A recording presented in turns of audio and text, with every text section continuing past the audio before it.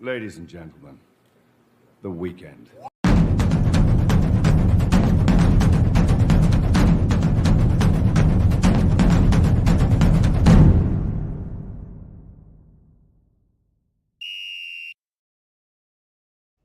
Well, it's Friday, guys. And you know what that means? It's another show, the Conquest Call-In Show Live. Give us a call. You guys are the absolute stars of the show. Each week, we look forward to you guys being here. It's definitely my favorite show of the week, but it's one where you guys are going to drive it. I kind of put it out there, a couple of things for you. You know, what is USC ceiling? On our Monday show, which is actually what we have the banner up for right now, Matt, on the Conquest Call-In Show Live, on the Trojan Conquest Live, we talked about, are we resetting our expectations for this team? We've now seen 2 weeks. And although you're right, it was just Utah State last week, the utter domination that USC showed in that game, especially on the defensive side of the ball, pitching a shutout, which is really almost unheard of in modern day football, is something that is not to take lightly. The first shutout since 2011. Matt, I don't know about you, but again, I was excited after that scrimmage I watched. I couldn't talk about, but after these 2 games now, watching these guys play on the field, I absolutely have to upgrade what my expectations were for them in just the first year under Dan Lynn's defense. I mean, you know, limiting LSU to 20 points was extremely impressive. Utah State's not a very good team, and so people are going to dismiss this, and I get it. I understand it, but this was a short week, and the LSU game was very emotionally draining.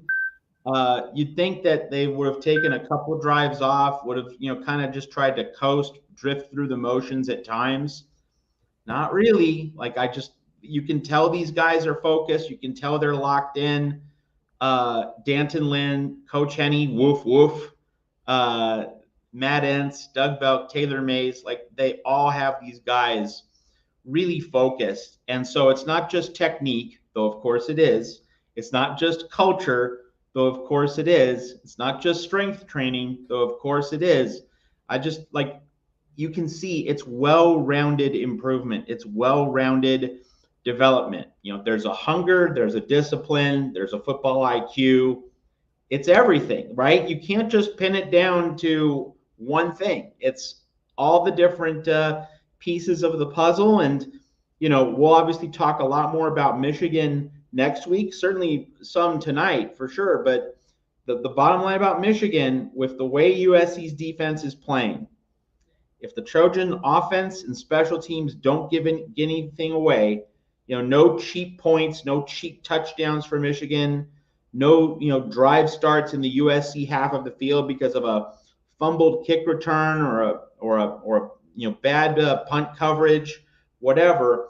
If USC just doesn't make big mistakes on offense or special teams, defense can bring home a win. That's certainly what it's looking like, and you know, that certainly is part of the calculus when we talk about USC's ceiling this season. Is that if the offense and special teams do not put the ball on the carpet, miss kicks, have some, you know, big gaffes in untimely moments, if those kinds of things are avoided, and it's up to the defense to win a game, this defense is built to win a game for USC. That's a good starting point to our conversation here tonight.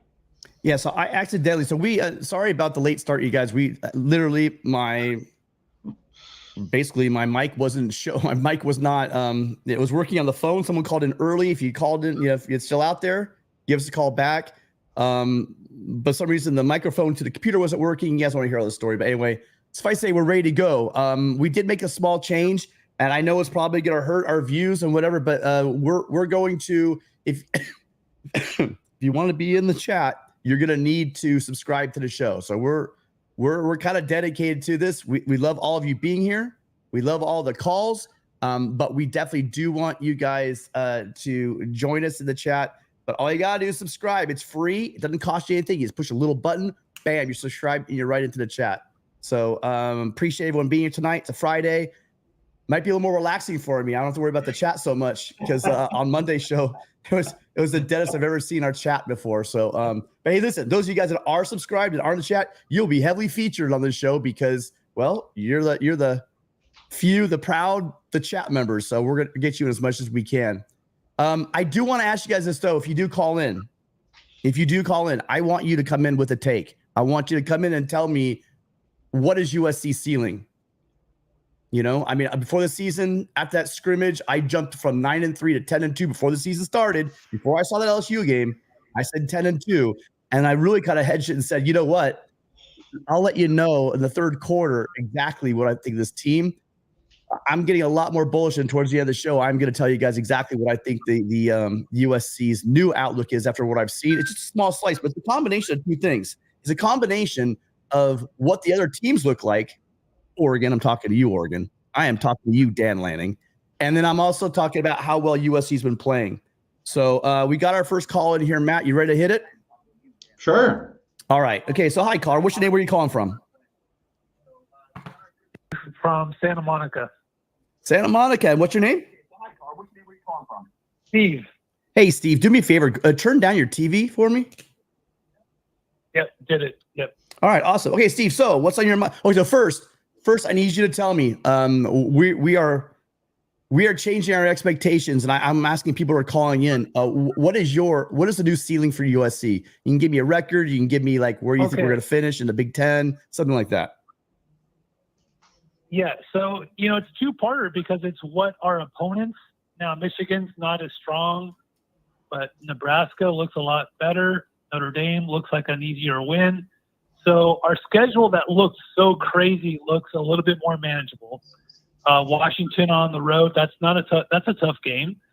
Michigan will still be a very, very tough game. That's a great D-line. And then you look at what our defense is. It's incredible to have a defense like that. So I want to say we could beat anybody on our schedule, but one or two losses, a 10-2 is what I think is likely. But 11-1 is what I think is the optimistic scenario. That's what I think. Yeah, based on the new world we live in. If you're reading through between the lines, you and I are thinking very, very similar. Okay, so we got you. So I got you, Steve. I got you down for 11-1, Steve. Right? Is that what I'm hearing? Yeah. Oh, awesome. 10-2, 11. No, get Steve. Get off that fence. Get off, Steve. Steve, get off that fence. You saw this defense. You got to decide: is this 10-2, which is probably most likely? Well, I mean, that could, if one of those losses is Notre Dame, could look at USC being in the Big Ten championship game. Penn State. I mean, I'm telling you, Michigan is a very, very, very good team. Mm-hmm. Their defense is legit. I mean, this is me playing NCAA 25. Their defense is really, really good. So Nebraska, Washington on the road, Penn State. I think 10-2 is the likely scenario. Okay, which is a great year and a playoff run. Yeah. Okay, that's what I had before the season started. So I can't complain too much about that. Well, who do you think the likely losses are? I think between Penn State, Nebraska, and Washington and Michigan. I mean, you could throw Wisconsin. I think we take care of Wisconsin, but Michigan, Washington, Nebraska, and Penn State. Between those, I think we can see two losses, or one loss. But I think it's more likely two. Okay. All right. So I'm sorry, I ambushed you. All right, and let's back up to you. Let's back up to Steve. So Steve, what'd you call? No worries. Yeah, no worries. What'd you call about? What's on your mind? So I rewatched both because I want to say I've never been more pumped up about a season. I mean, college football is the best. We're entering the Big Ten. Trojan fans, be pumped up. I mean, come on. We have an amazing defense. So I've rewatched both games twice. And let me tell you, the last 7 years, when I rewatch the Trojan games the next day or the 2 days later, I'm only watching the offense. I'm skipping that. I'm pressing my keyboard and skipping. I've been watching the defense and watching the D-line. We got an amazing defense. When was the last time a USC Trojan fan is rewatching the defense? So my question is specifically, it's not a big deal, but a technical thing. Jamil Muhammad, love him. Great team leader, great attitude. But let me tell you, so why don't they have Braylon Shelby and Anthony Lucas on the ends? Are they both playing one side? Because Jamil Muhammad, and I rewatched, I know LSU's Emory Jones, that's a bad matchup for an undersized Jamil Muhammad. But why don't they have Braylon Shelby and what's his name? Cameron Fountain, the freshman. Who? Number 6. Anthony Lucas and Braylon Shelby. Why don't they have them on the ends? Yeah. Why is Jamal Muhammad starting? Not a big deal, but just curious on your thoughts. Yeah. Matt, do you have a thought? I mean, I've got mine, but I mean, because Jamal Muhammad was really getting. I mean, he just wasn't getting stuff done. Yeah. I mean, I think that, they're going to be changing combinations as the season goes on. I think, maybe they think that they have stability with what they're doing right now, and also, keep in mind, Lincoln Riley didn't want to show Michigan a whole lot on film against Utah State. Same for the defense, right? You don't want to have to show Michigan too much on film in terms of what you're doing on defense. So perhaps just kind of keeping things stable and in one direction. Like you're going to maybe see some switch ups against Michigan. Give the Wolverines a few curveballs to think about. So like it's not as though USC's had to really go deep into the grab bag. I mean, obviously a little bit more against LSU, but overall, you don't have to rework things too dramatically because you'll want to be spring a few surprises on Michigan next week.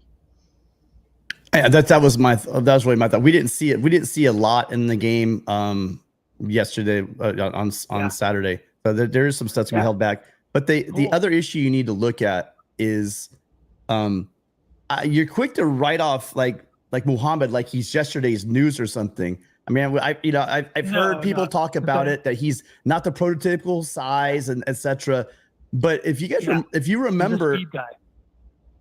remember Muhammad last year, I mean, started out like gangbusters. The way he kind of cooled off, I'm wondering more if that was a product of him, not being at 100%, or possibly just the fact that the defense was just kind of a mess down the stretch. So I would tell you this much: if Sean Nua has him out there, that he has him out there for a reason. Riley, Nua, Henson, and Lynn, they're looking at, they're seeing something. But it's going to be hard to keep Braylon Shelby up. And my God, Anthony, we were waiting. Like everyone was saying, I was saying, where's Anthony Lucas last year? Where's Anthony Lucas last year? And I think we found where Anthony Lucas is, because that guy's in the backfield more than most running backs for the opposing team. So it's going to be hard to keep him off the field. I don't know. Let's see this. I think this game against Michigan probably going to tell us a lot more. And as the season goes on, they're going to keep these guys fresh. And again, Jamil Muhammad's a great player. I don't know. I know everyone's excited to see Shelby. I have been since last year. He's an all get off the bus team, but also, he showed it, that great tackle for loss that he had. He's an excellent player. I think that it's a good position to have. It's a bad problem to have, Steve. There you go. I'll leave it at that. Exactly. Yeah. That's why I was like, this is not a big deal. Yeah. Thanks for taking my call. Another defensive player that stood out was Achille Arnold on my replay. He-man made some amazing tackles. I know he had that one miss on the LSU receiver going all across the field on that first touchdown, but Achille Arnold really impressed me on the rewatch. So, hey guys, thanks for taking my call. Keep up the great work. You guys do a fantastic job. This is a very special season, and fight on. Fight on, Steve. Yeah, I agree with you. I think it'd be special. And I agree with you on Achille Arnold. I mean, I watched him. He at practice, he would pop out at practice. He's just an athletic guy, and until that play, he'd only given up one touchdown. In like 2.5 years. So I mean, that's pretty amazing. And having both Achille Arnold and Mascarenas Arnold come down from Oregon State is a big part of why this defense is so different and so quickly changed over from last year.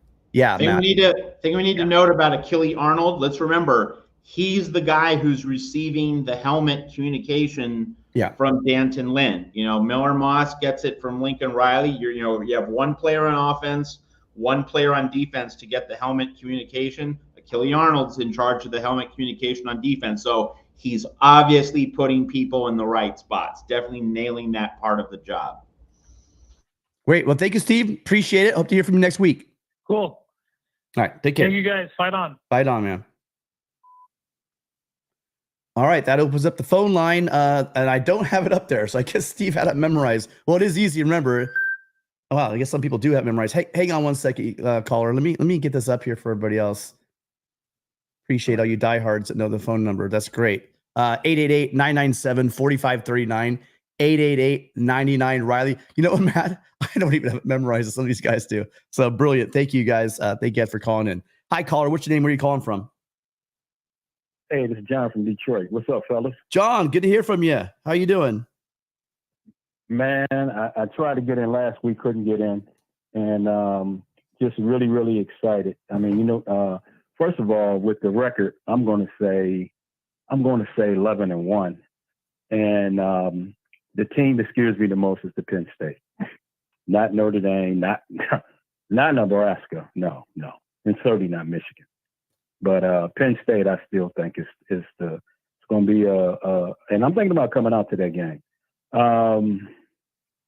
That's the only team that I think right now on our schedule. That's the way I'm looking at it, because I think that, for one thing, I think the game is going to be.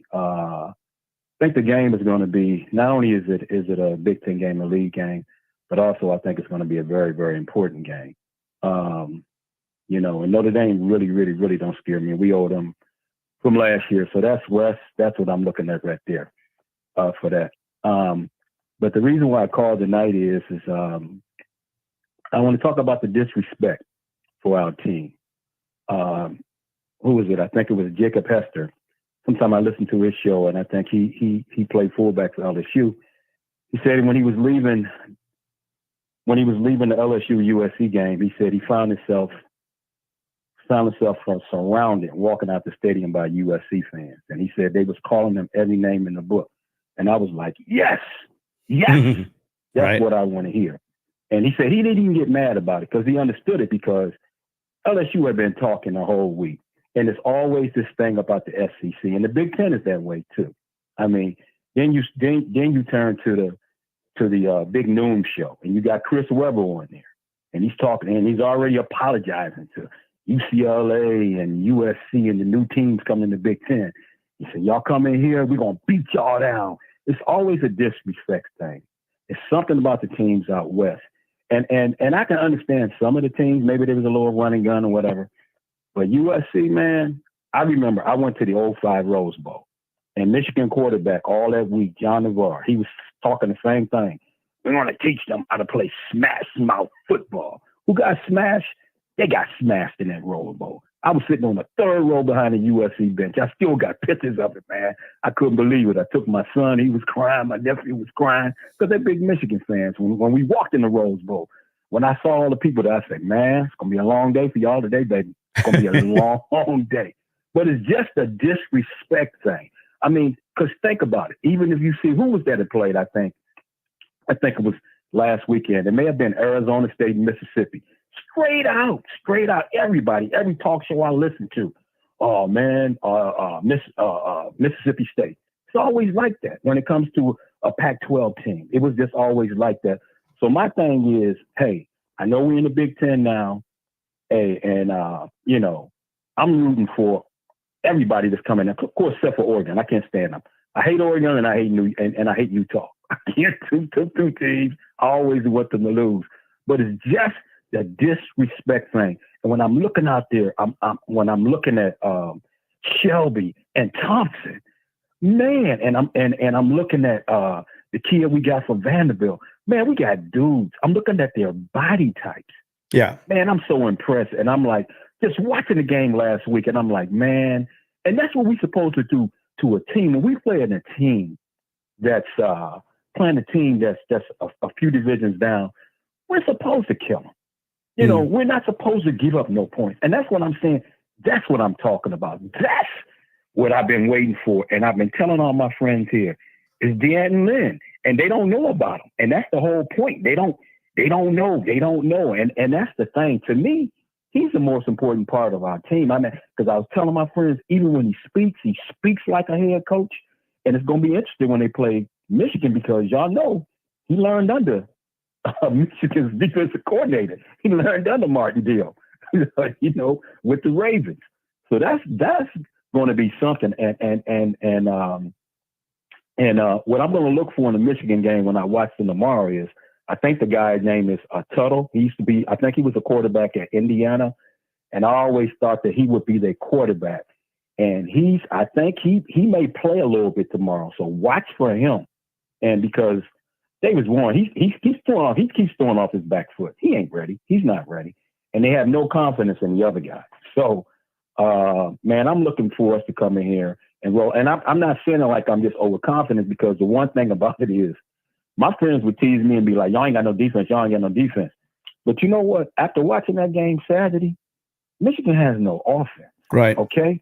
And I don't care how good your offense is. Man, if they on the field, I mean, your defense is. I don't care how good your defense is. But if they're on the field the whole day, and that's what happened in the Texas game, if they can't score, I don't care how good they are. They're going to get wore down. And I see the same thing happening with us. I think we got better wide receivers in Texas. I think we got a better tight end in Texas. So, man, I'm going to say, even for that game, I'm going to say 24. I'm going to say 24-6. I'm going to say they're not even going to score a touchdown. Wow. That's where I'm putting it at. That's where I'm putting it at, because I fell for the thing last week with the Michigan-Texas. I felt that Texas was going to win, but I felt the defense was going to keep them in. But after seeing that, I'm like, no, they don't have no offense. They don't have no offense. Defense can't stay on the field. And the thing about it, y'all know we're going to run the ball. You know we're going to run the ball. We're going to do that. And the thing about it is, if they thought Texas wide receivers or something, man, wait till they get a look at ours. So I'm ready, guys. That's all I got tonight. I know you got some callers, man, but I am so excited. And Tim and Matt, you know what I was saying the whole time? Let's roll with the guys we got. And if they coach them up, and that's what's happening right now. Yeah. It's coaching. It's coaching, man. I'm telling you. You're talking. Coaching. It's just that whole defensive staff. John, you're talking about Devin Tompkins, and then and I think you meant Nate Clifton, right, from Vanderbilt. The body types on here, but you know, and then you got someone like Shelby, and then Lucas, right? The size of these dudes. I mean, these guys are dudes. You know what we're not talking about? We haven't even said Bear Alexander yet. Okay, we talking about Bear. So I know Bear's gonna get that switch, and that switch comes on, and you got Shelby, and you got Tompkins, and you got Bear. Oh my and, you know, it's going. You know, and Clifton's getting some great reps in there. And Kobe Pepe, I'm telling you, if you watch it, he's pulling double teams, just like they talked about. He's pulling double teams in the front there, which is freeing stuff up for the linebackers. Why do you think our linebackers are getting so live in the backfield? So I mean, it's what it's about. You know, I'm really excited about this defense. I agree with you. Notre Dame, Michigan, these teams do not have it. You know, they're making fun of us for not having a defense last year, Matt. Dude, did someone forget their offense back at the hotel? Because I'm telling you right now, both those teams have zero offense. Do they care? Does Sharon Moore care about offense? Right? Is that a problem going on? Does he care? What do you say? Does he even care about I don't think they even care about offense, Sharon Moore. I don't know. What do you think? No. I'm a definitely say, man, why y'all tell me we was this deep though? I mean, man, we rotating guys in and out. I'm loving it, bro. I saw how big these guys were. I saw how big these guys, but we didn't get to see a lot of teamwork. Then I got to see that scrimmage, but then it was just a scrimmage. But when I saw these guys up close on the field against LSU, saw those pads popping, not just the big guys up front, but like we're talking about, like the previous caller, Steve talked about. You guys are blending together. You know, yeah, Keely Arnold. You know, and the way these guys are playing, it's just, to me, I can't wait to see what this defense is going to do. Because, again, this defense is just, I can't remember who said in the chat, this defense is just going to get better and better.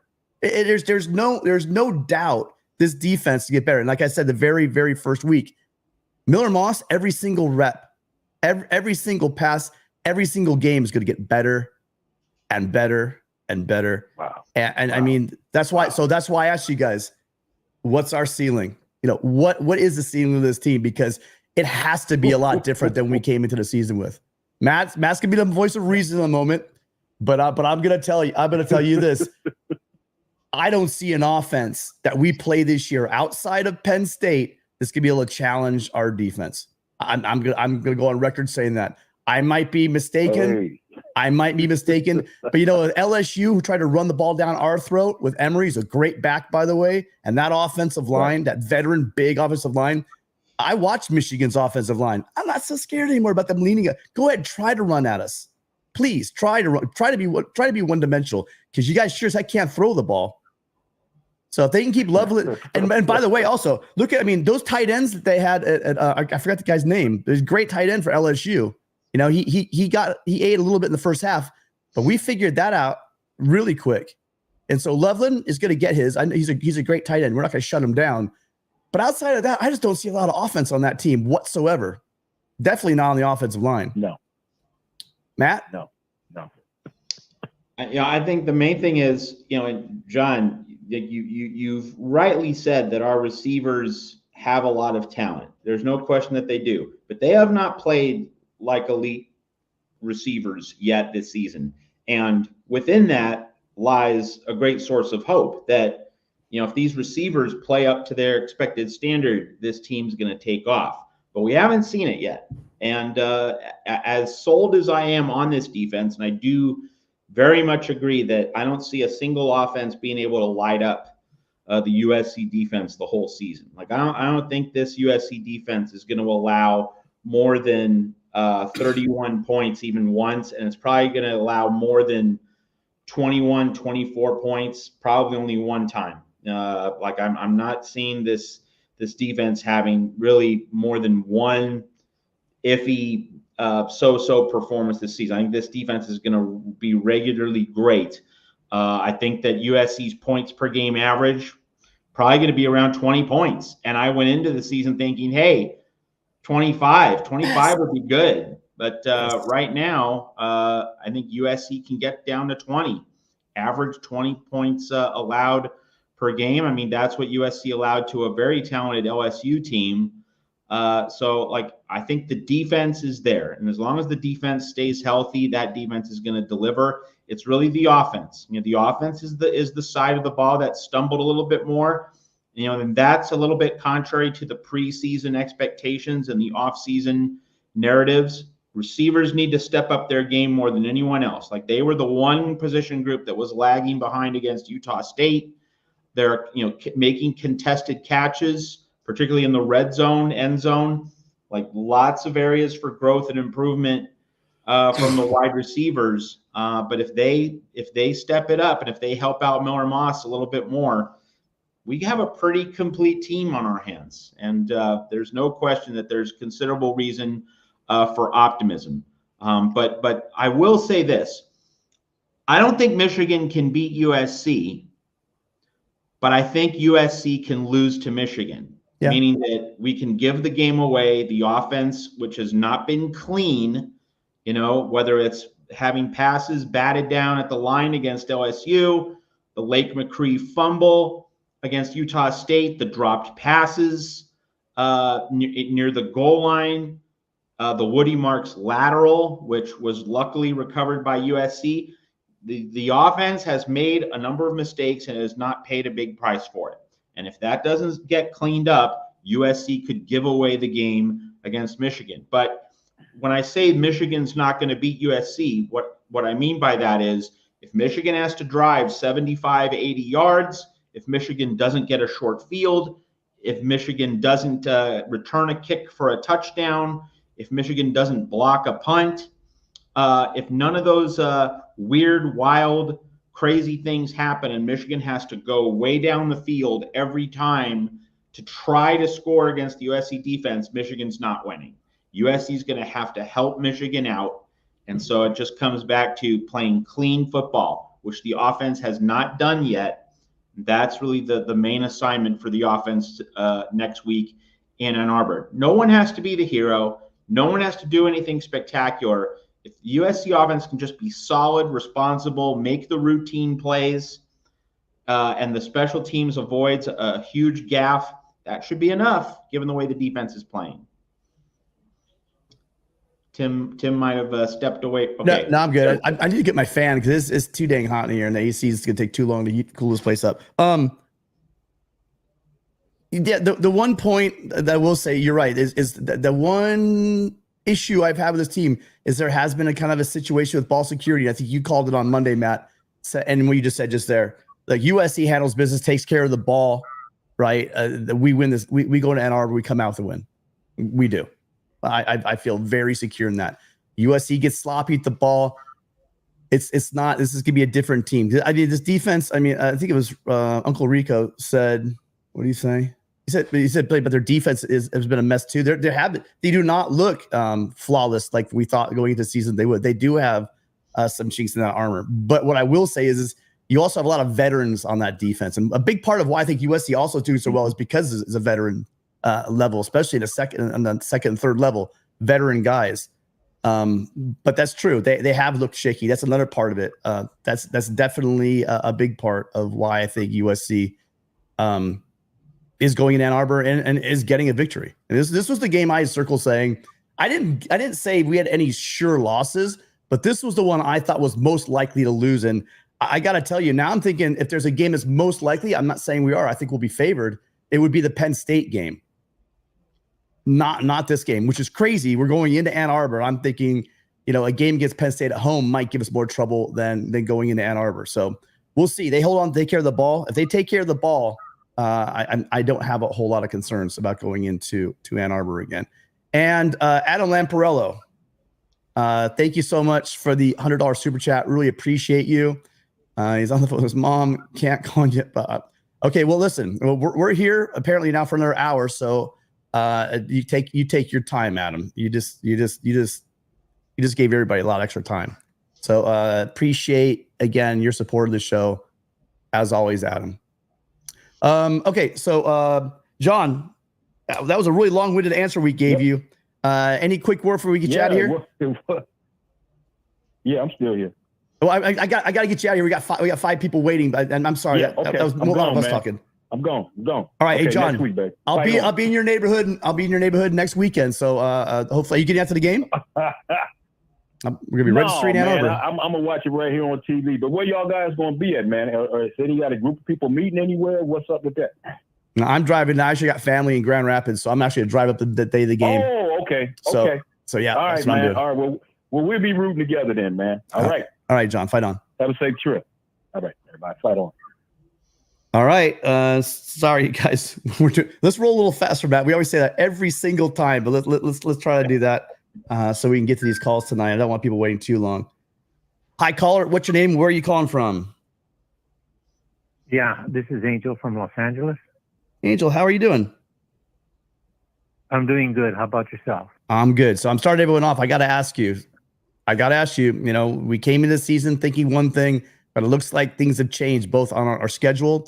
The schedule is no longer the gauntlet we thought it was going to be, as well as the fact that USC is looking is as advertised. It literally is exactly as advertised. What is your new expectation? What is USC ceiling for the season? Well, first of all, I had us at 10-2. That was 10-2 was my prediction, but now I think we can go undefeated. Oof. I like it. Yeah, I think we can go undefeated. And the reason I think we can go undefeated is I think that I believe that the Penn State game is going to be the game. I think if we beat Penn State, it's all downhill after that.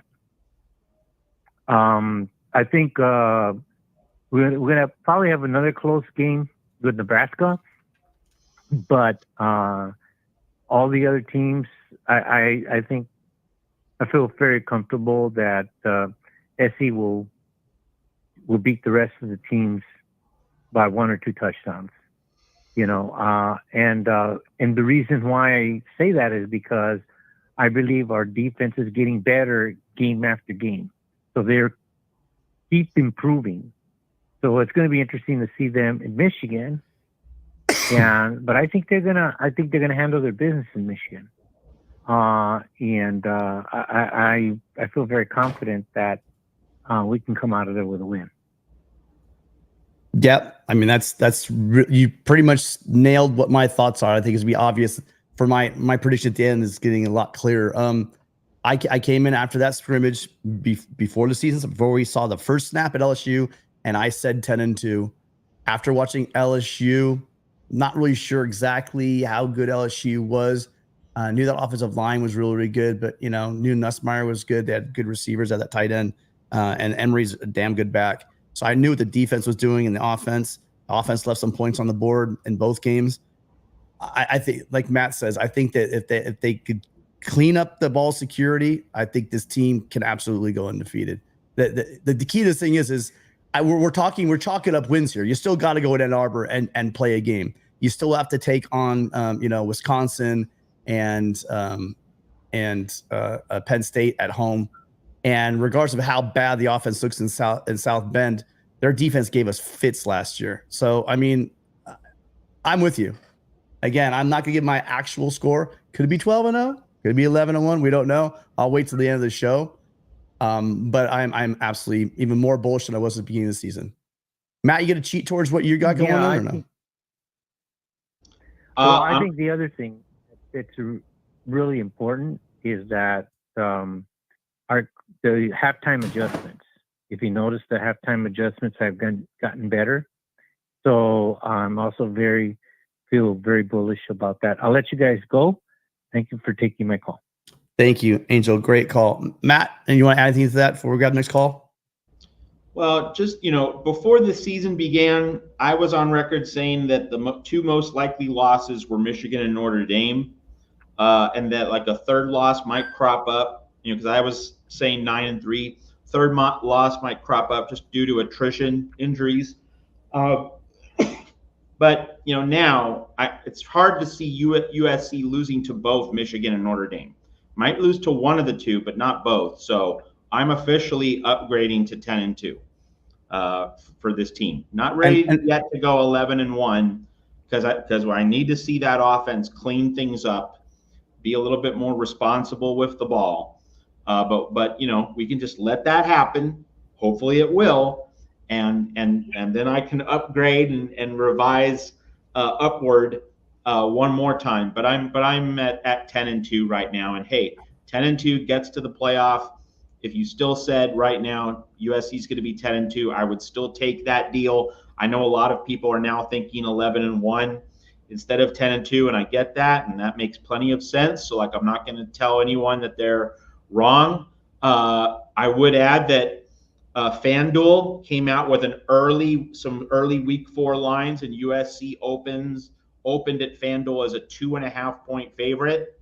So it's likely that USC is going to be the betting favorite in every remaining game this season. I kind of wish USC would be an underdog once or twice just to provide a little bit more motivation. But there's no question that the landscape is better for USC now compared to before the season began. So I do feel pretty good thinking that this team can get 10-2, and if it does, that is a playoff season, and a playoff season is an unquestionable success. But why not go for 11-1? Why not go for 12-0? So I don't want to kind of rain on anyone's parade or be a Debbie Downer. I would say that it's so early in the season that we don't know how many plot twists are going to occur down the line.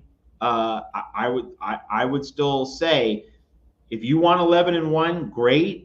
I'm not going to tell you that you're wrong, but I will still be very happy right now with 10-2, and we'll obviously see where the journey leads us. Yeah. Thank you, caller. Thank you, caller, for waiting. What's your name and where are you calling from? No worries. This is Christian from Mission Viejo. How you guys doing? Hey, what's going on, Christian? How you doing? Living the dream. Right? What a season, huh? Okay, so now that you know the shtick. Now you got to come in here. You got to let us know it's time to reevaluate your earlier perspective on this team. What is USC's ceiling this year? Shoot, I'm loving it. I mean, I'm excited for every game. Pretty much chomping at the bit, waiting to watch this Michigan game. I'm pretty confident and super excited to watch it. I think it's going to be hopefully a good outcome. I think it's going to come down to keeping protection of the ball, not turning the ball over. I really think this game will be won on the offensive side as long as we can hold up on defense. I just think protecting the ball is going to be the most important part of it. Yeah, I think you, Matt, and I are all on the same page, right? It's USC's game to win. They go in and play Trojan football, ball security, take care of the ball. I'll tell you what, also, you can tell about his coaching. We talked about, second half adjustments in the last call with Angel, right? Or was that John? I can't remember. Sorry, long week, guys. But we're looking as well as the penalty situation. I mean, we're not seeing a lot of penalties, which is great to see, especially along the lines, which is really, really nice to see. Those drive killers, those drive extenders when you're on defense. What a difference a year makes. So, yeah, absolutely agree with you. Take care of the ball. Keep playing clean football. This defense shows that what they can do. Matt says he's upgraded to 20 points a game. I think I stuck it at 22. I think that's going to be right on that. And I think I'm feeling so good about that 22 points per game. And if that is the case, good luck, because we're gonna average about 35 points a game. So that's a lot of victories for USC. All right. Do you have a question for? I know you always have a question for us. Christian, you there? Shoot, I couldn't really hear. It was sounding crazy robotic there on my side, and I have my TV muted, so I didn't really get to hear your response. I'm gonna have to go back and listen to it later. Sorry about that. That's 3 weeks in a row. We're getting some calls doing that. If you can hear me, if you want to call back, obviously there's. Yeah, I can hear you perfectly fine now. I don't know what was going on there. Okay. Before that. It's probably just a connection issue. Well, listen. Okay. All right. So usually you have a really great question for us. Do you have anything this week? Yeah. So I got a couple of things. I'll keep it short though. So other than Utah or Oklahoma, who would be the most exciting opponent to play in the playoffs? You take the two Alabama. ones. Matt, what do you got? Matt's got one off the bat. Kalen DeBoer. Don't play Alabama. You want a piece of that? You want a piece of the Tide? Because USC. I would like to. Yeah, for sure. That would be. I mean, USC.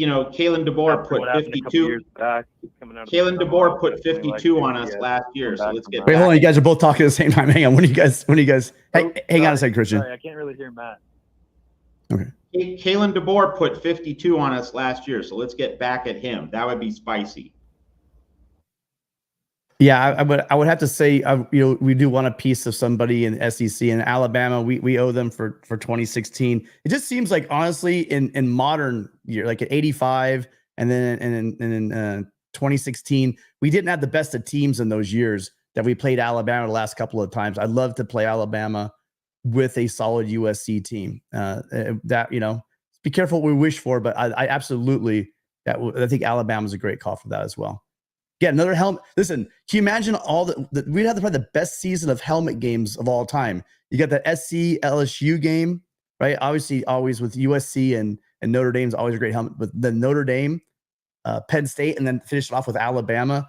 That could be like one of the all-time helmet series seasons for the Trojans if they were to pull all that off. Easily. Anything else, Christian?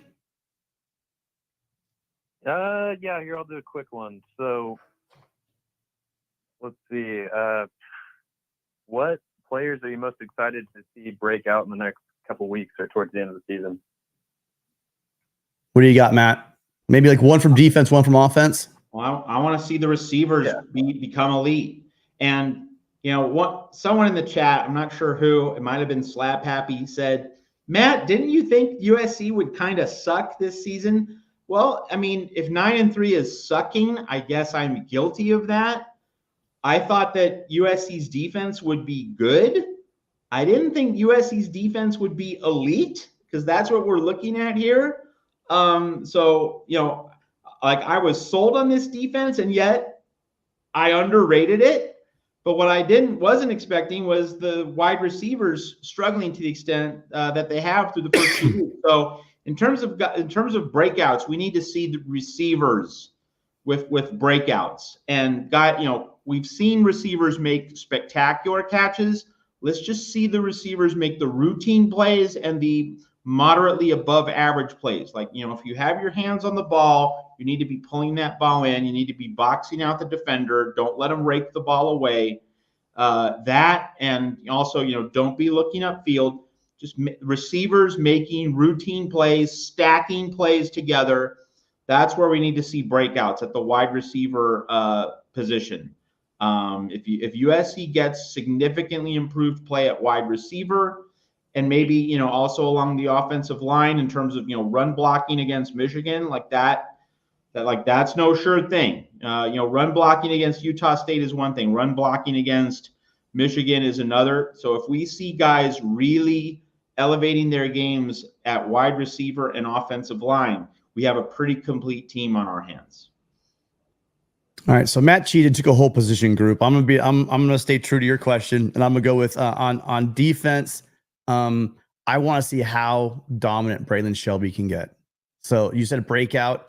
It's kind of a cheat, but really, honestly, I think we can't call Anthony Lucas now because he's pretty much already broken out.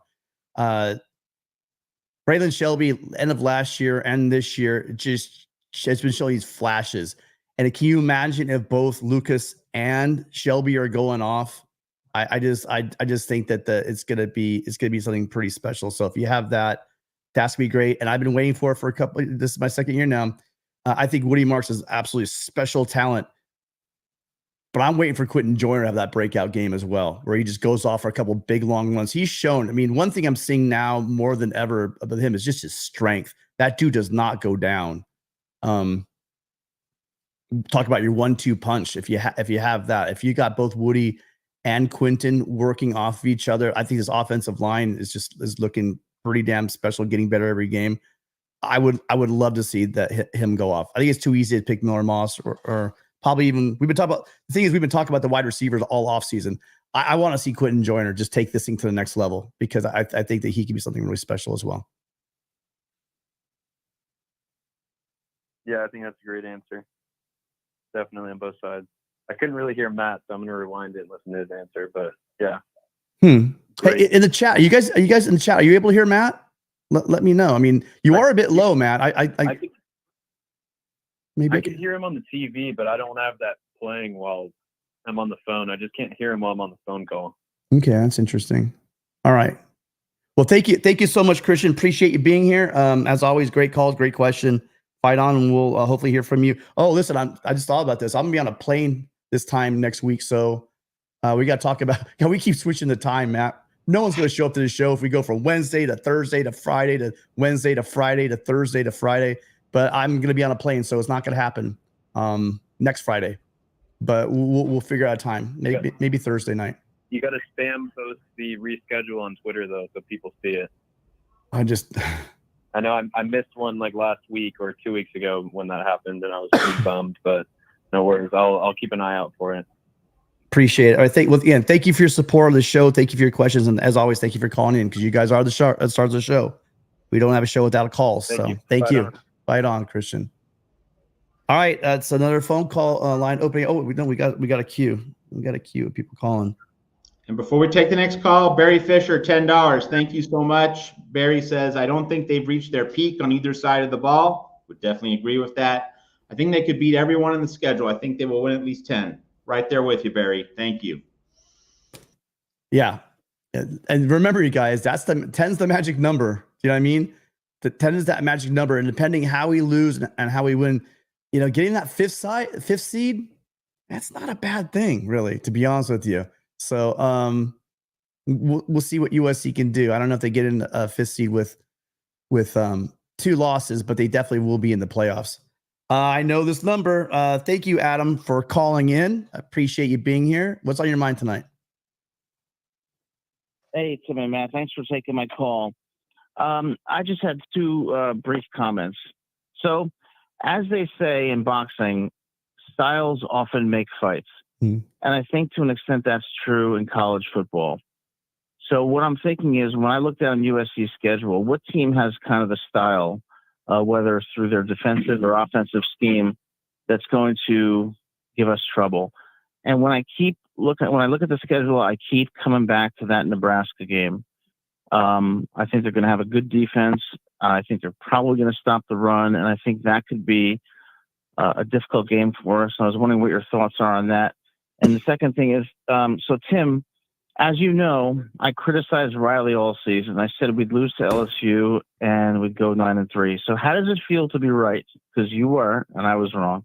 In preseason, people can make lots of prognostications. I made a lot of guesses previous year as well that didn't come true. I a little bit unfair. If you notice, I was kind of like that 9-3 hedging 10-2 camp. And then I got to see that scrimmage, and I went, holy crap, because I hadn't seen a lot of the team on team stuff. So missing out on those team drills, just saw a lot of really routes on air and stuff I didn't really know, but just the way this team was carrying itself, even I don't really know how to explain it. It just looked like a team, the way they talked, the way they were all kind of just on one page. They sounded identical to each other in interviews. I mean, everything about this team said team, and you could tell this team really cares about each other. I mean, Bear's not getting a lot of reps, and I was kind of watching him on the sidelines and stuff because I want to see, is his head down? Is he like, what's going on? Blah, blah. He's up there celebrating, high-fiving guys, and he's into it. So no sulking going on that sideline. This team seems really united. I'm sure it's not all perfect. Obviously, it's a football team, 85 scholarship guys. But this team seems like they have a purpose. It's almost like they got pushed, their face in the dirt by the schoolyard bully. They're like, and then they went, with those the old comic books where he lifts weights, he gets really strong, and then he comes back and kicks the crap out of them. I see that's how this team looks like to me. They got really embarrassed. Riley got really embarrassed when he said, "Hey, look, all right, enough of this crap. I'm gonna go get the best coaching staff in college football for my defense," and he did. And now they're showing it on the field. They got bigger. They're clearly got that mojo going. And I'd hate to be some team in their way. And they seem singularly focused, Matt. They seem like they just really, really have it switched on and know they're going one game at a time. And Roy Bandoliers, really quickly, thank you so much for the $10 super chat. Getting here. It was really nice to see Micah playing guard. Really, really, really cool last game. Can't wait to see what his ceiling is as well. But did you give us your ceiling? Okay, we need an upgrade. You can't get out of here, Adam, without telling us. Yeah. What do you see for this team? What's USC ceiling in 24? I'm thinking that we are likely to go 10-2, but there's a possibility of 11-1, and I do see a playoff berth. And with Miller Moss at the helm, who I think is the next Drew Brees, we're going to be really dangerous. Can't argue with any of that. I mean, I think our new ceiling. I don't see a team in the regular season beating us, Matt. If I look at my schedule, I'm not saying we can't lose. I'm saying right now, snapshot 2 games in, where our health is, all things being equal, I don't see anybody beating this team. Now that can change dramatically with, if we get hit by the injury bug, if one of these Big Ten schools actually find a quarterback to throw a forward pass. I mean, it could change outside of Valor.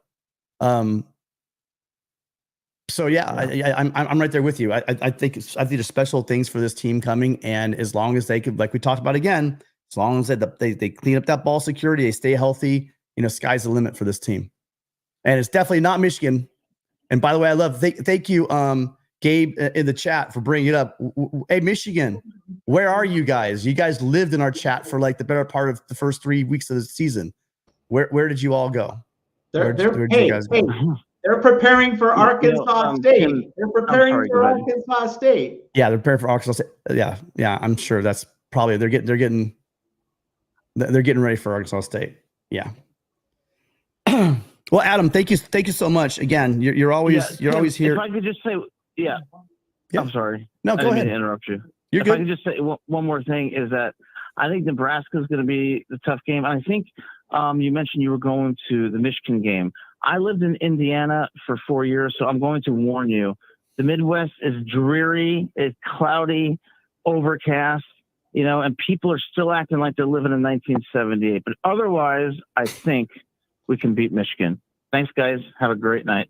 Right on, Adam. Well, listen, I have my entire family in Grand Rapids, Michigan, pretty much. Some in Pennsylvania, some in South Carolina, but mainly, maybe I like one in Florida, but pretty much bunch of guys on the west side of Grand Rapids is where most of my family's from. And so I love the Midwest. I love Midwest summers. I hate the humidity, but as long as you're water skiing, you don't care about the humidity too much.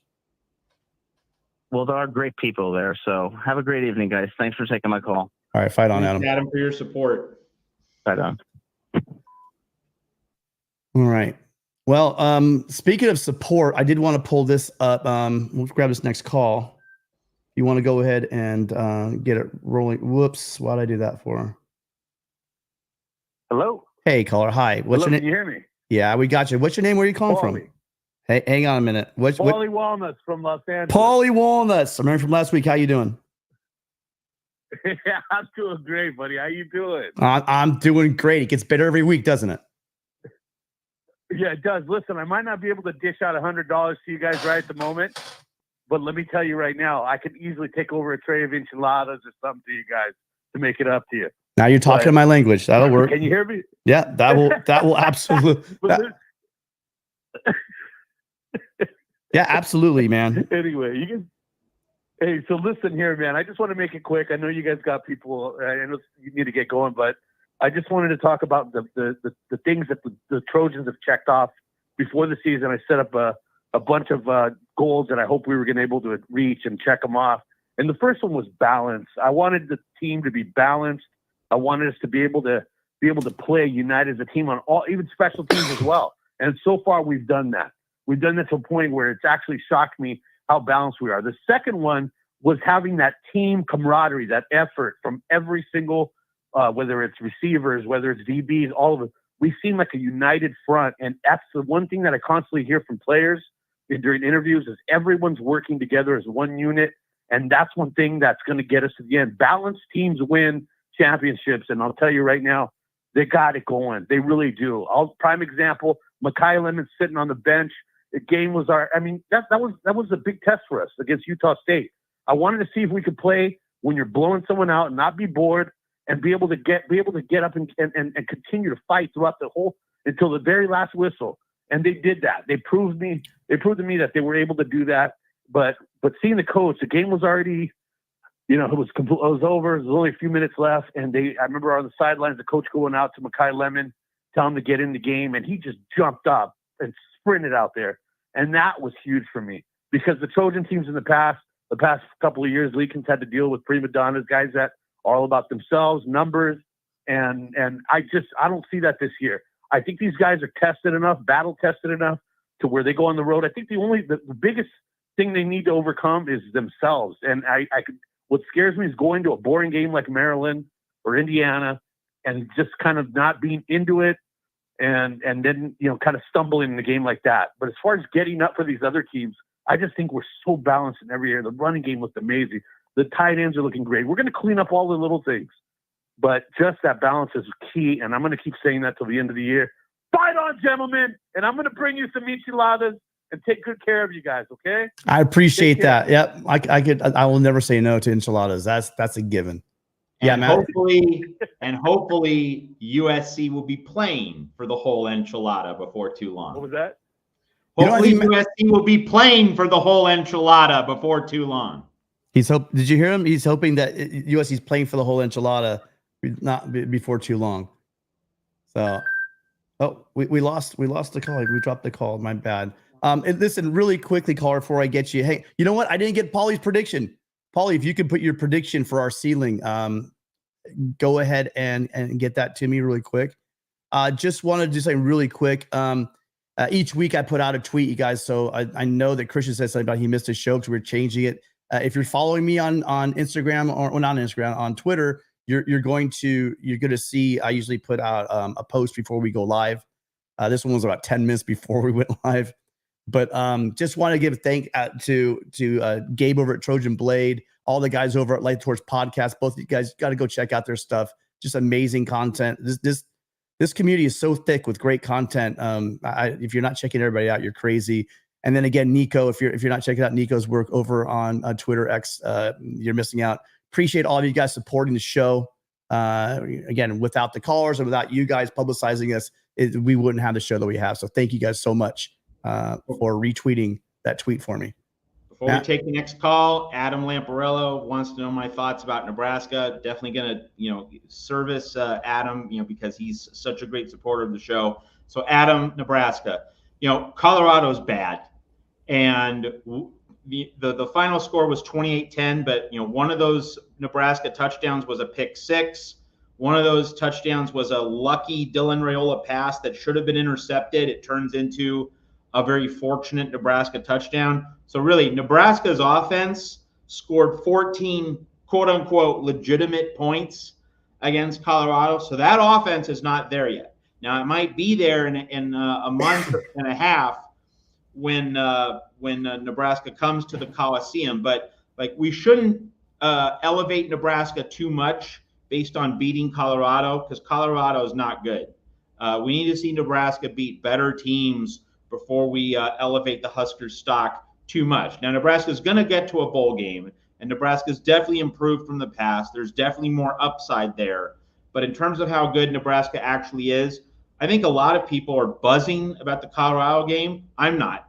I need to see Nebraska beat a good team. Colorado's not a good team. I need to see Nebraska beat a good team before I'm going to say, whoa, Nebraska could be a Big Ten title contender. So, I think Nebraska's a lot better than it has been, but, Nebraska's been pretty bad. So I think there needs to be some measured expectations with Nebraska until we see the Huskers take down a really good team. Fair enough. Good cover. Rayola, we're going to see what he can do. We'll see, was it year 3 for Rule as well? Is that right?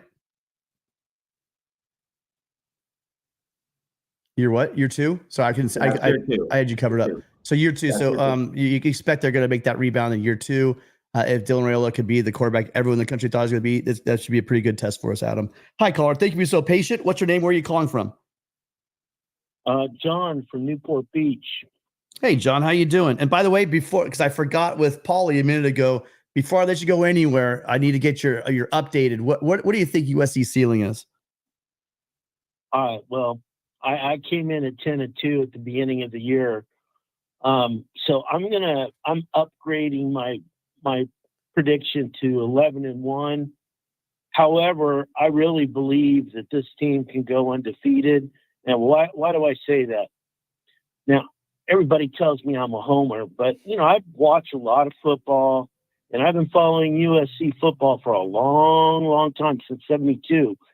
And I gotta be honest with you, this team has a lot of that 2003 3-ish feel, and I even see a little bit of 2008 in this team. I really think this defense, if it keeps getting better at the rate that they're playing, and they don't have any problems with injuries, I really think this could be one of the better defenses that the school has had in a long, long time, since at least 2008. So I'm really bullish on the Trojans this year. Quite honestly, all that matters is that we make it to the playoffs. If we get in the playoffs, we got as good of a shot as anyone.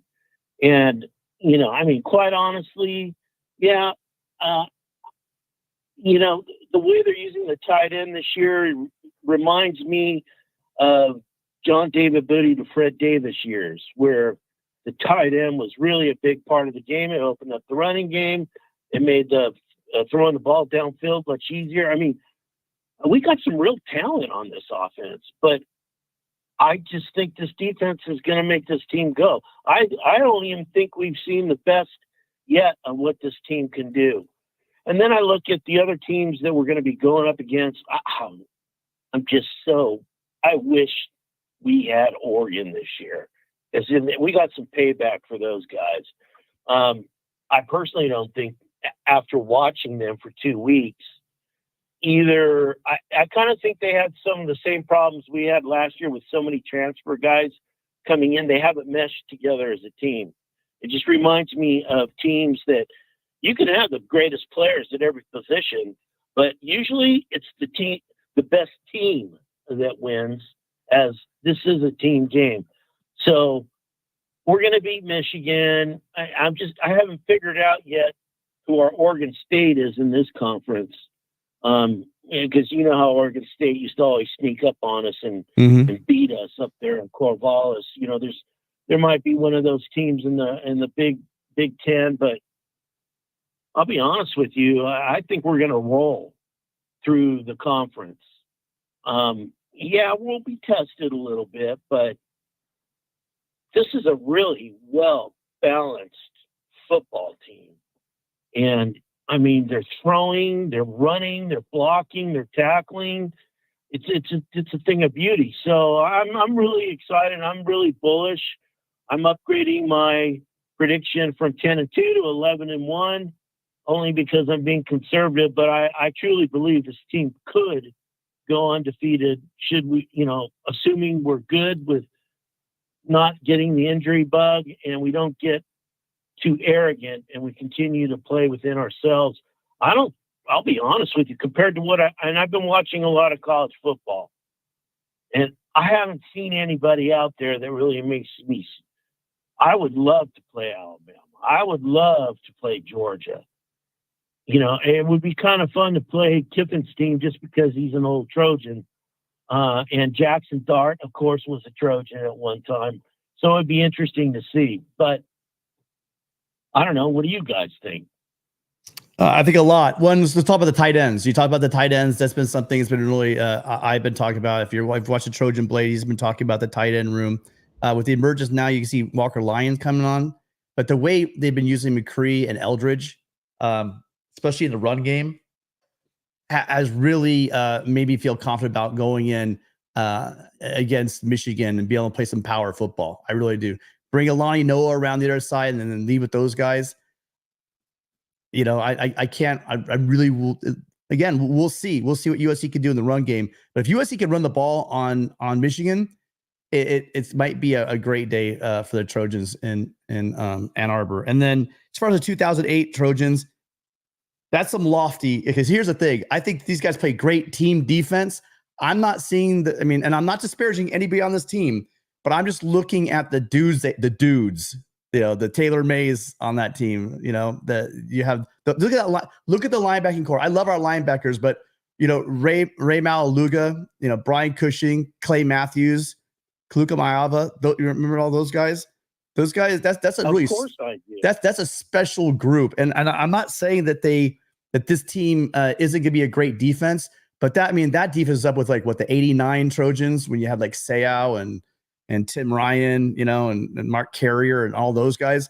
Who knows, right? This is really early. We're still writing this. We're still writing this the story of the 2024 Trojans, but that's a heck of a lot to living up to that level of a team. But I will tell you this: the team defense they're playing, the defense that they're playing right now on the field is as good as I've seen in quite a long time. So the defense is amazing. Oregon, I joked earlier on that maybe we might see them this season at the end in the championship game. Wouldn't that be crazy if we had 2 Pac-12 teams playing in the Big Ten championship? I think they're that bad. I think that they really are as bad as they look right now. We'll see if they can turn that around. But I kind of doubt it. It looks shaky. It looks really bad unless they can figure that offensive line like we learned last year. Kind of hard to have an offense without an offensive line. Matt, what are your thoughts on any of that stuff? Well, I think if we're making the comparison to 2008 and what's going to be the one loss, I think you have to go with the Pacific Northwest, right? So losing in Corvallis, the equivalent here would be losing at Washington in early November. And of course, the John Robinson teams of the golden era in the late 70s and early 1980s, like going up to Seattle then. When Don James began to get the Huskies rolling, those games were extremely difficult. So I think that would be the parallel with 2008. If you're looking at an 11-1 team, the one loss probably at Washington. I think we're seeing all of our callers tonight upgrading the expectations, and I think that's a pretty appropriate reaction. But I would say that it's early in the season, and I think that's the one real word of caution that I have is that, we need to see the offense establish the standard. I think kind of the defense, we've seen them set the bar so high that we can feel reasonably confident that bar is going to be set fairly high all the way. We're still waiting on the offense. So I to say that it's probable that the offense is going to come along and round into form, I wouldn't disagree with that. But I would say we need to see the offense begin to raise that bar the way the defense has before we get a little too excited. Again, it's going to be a great year, you guys. I can't wait to see how it unfolds, and we're going to see a lot of that. Each week, we're going to start seeing how good this team is. we're kind of cracking on Michigan right now. They do have a terrible offense, but this defense may challenge SC. And if SC doesn't take care of the ball, like we were talking about earlier, we might be into we might have that fist fight that the LSU thought that we were going to have. They might have that one on the road in the big house. So let's hope we take care of the ball. But again, we take care of the ball. We play Trojan football. You play clean. You don't make silly. I do think, Matt, that it's still going to come down to the possessions are going to be at a premium, and we're when we're dropping balls in the end zone, that kind of stuff, settling for field goals instead of touchdowns. These are the things that could cost you guys a game. You guys are talking about, you're saying Pacific Northwest. You're saying what team? I'm saying it's the USC team. I'm kind of stealing and letting from you, Matt. It's going to be, if USC doesn't show up, it's going to be that team, the USC team that doesn't show up. That's going to cost USC a chance at something really special. All right, well, listen, thank you so much, John. Appreciate calling in. Got a couple calls that dropped because I'm terrible at my job. Matter of fact, we have an empty phone line right now. So, John, if you want to hang out, if you have anything else for us, because we literally have 0 calls right now. Before Tim takes any more calls, I have irrigation. We have this thing called irrigation here in Phoenix, Arizona. So I need to take the next 10 minutes to deal with irrigation. I'll be back in 10 minutes. He's going to do some. So Matt is going to go to try to make some crops. All right, Matt, good luck with your crops and your irrigation. I guess I'll be here for 5. Well, listen, you want to be my co-host for the next 10 minutes, John? Yeah, I don't mind. You know what? I don't disagree that I'm setting a pretty high standard for this team, but I've always felt that if you want people to succeed, if you want them to get better, set a high standard for them, and they'll meet it. So I don't know. It has that feel that this can be a very special group. And I say that because, I don't know if you remember when the receiver was coming off the field after the bowl win, where he's yelling, we're finally a team. We're a team now. We're a team now. Last year. And, when they beat Louisville, I think it might have been Mekhi Lemon. I'm not sure, for Jacoby Lane, but go ahead. No, you go. I'm fish your thought. I just think that we have a real opportunity here. Not only that, to show all these people in the Big Ten. I have a lot of friends that are Big Ten country people, and I tell you, we're 70% lifetime against the Big Ten.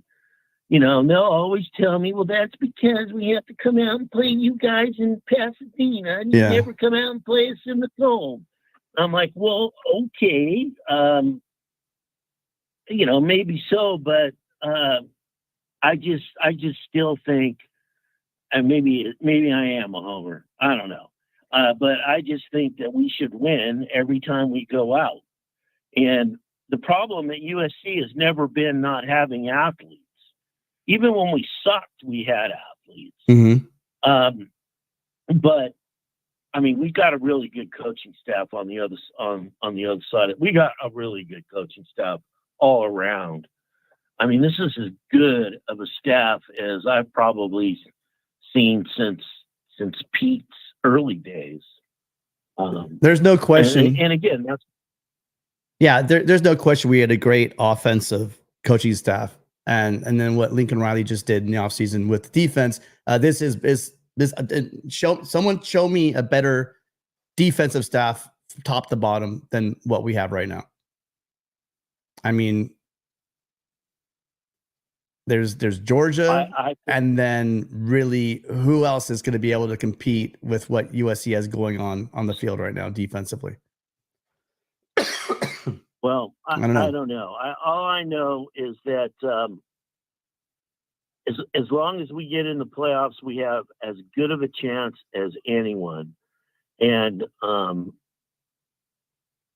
was at the game on last Saturday, and I have pretty decent seats, and I'm down on the field, and I just got, those boys were huge. I seen Elijah Page pull and put some guy on the right-hand side on his back. I was like, oh, was a thing of beauty. I just couldn't believe that a left tackle is pulling on a running play, but he did. I don't know. Were you at the game? Yep, I was at the game.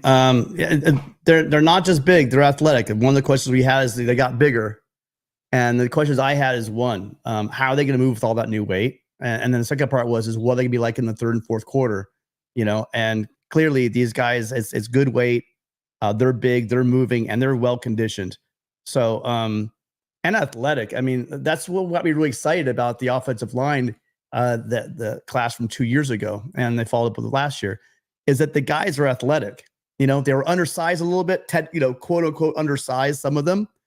But they're putting that weight on. And Elijah Page came in pretty much ready to go. But now you look at them, the guys that had too much weight, like Lonnie Noah dropped a little bit of weight, and the rest of the team, as far as their size is concerned, they're playing well with it, especially on the offensive line and the way they move. And again, the thing that I keep watching is how they're using these tight ends. I cannot wait to see our run game against Michigan, because like Matt said, we have not seen the whole arsenal yet. I think they got some stuff ready for Ann Arbor that should be pretty fun to watch, especially in the ground game. Well, I don't disagree with you. And I especially, when you got those guys on the outside, you got those corners that are, stepping back a couple steps because they don't want to get beat deep. And then when they start running down the field, everybody's pushing back, and it's like the middle of the field is wide open. And he is such a good, that kid, I'm so happy for Miller Moss. He is a total throwback to, somebody who comes into a program, pays their dues, and when they get in there, they perform. And he's he's been a breath of fresh air in this era of, if I don't get to play today, I'm transferring to the next school. It really irritates me. But I guess, what am I supposed to say? Oh, these kids aren't supposed to take a big bag of money. But there's more to life than just money. Well, and that's what Miller. Football. Yeah, and that's what Miller showed, and that's the whole point. Miller would not be I think he'd be the first one to tell you. One, he always gives credit to Riley and his play calling. That's one thing. Whenever they talk about his play, he says, "Well, I got the best play caller in college football that's playing," and it's true. It's a very quarterback friendly system, and Riley sees things and calls plays and calls a game better than anybody. And being able to play in his system and then being able to be developed, that's priceless. I don't care what they're throwing you NIL. If you're a quarterback, you're serious about going to the league, and you're an elite quarterback, and you don't come to play for Lincoln Riley, what are you doing? You chasing a couple million when you could be looking at being the number 1 overall draft pick and maybe a Heisman Trophy. So, we're never have to worry about quarterbacks. Quarterback's not going to be an issue here at USC. But listen, John, I appreciate you. I appreciate you joining me. Thank you for hanging in there. We got 2 people stacking up again. I hope they're the people that actually hung up when I was on the phone too long before. But I really appreciate you. Great call. Really great call. Enjoyed talking to you about all those topics. Hope you call on next week. All right. Take care. All right. Thank you, John. Bye. Okay, again, you guys, the number 888-997-4539. We only have 2 people in the queue right now, and I'm hoping they're the people that I missed earlier. I hate when I miss out on phone calls. We had somebody waiting 22 minutes and they hung up. Hi, caller. What's your name? Where are you calling from? Michael, calling from Phoenix. How are you guys? Michael, doing great. Matt stepped away for a few minutes, but he should be right back. I know. He went to do some He's doing some. Yeah, I think maybe he's got.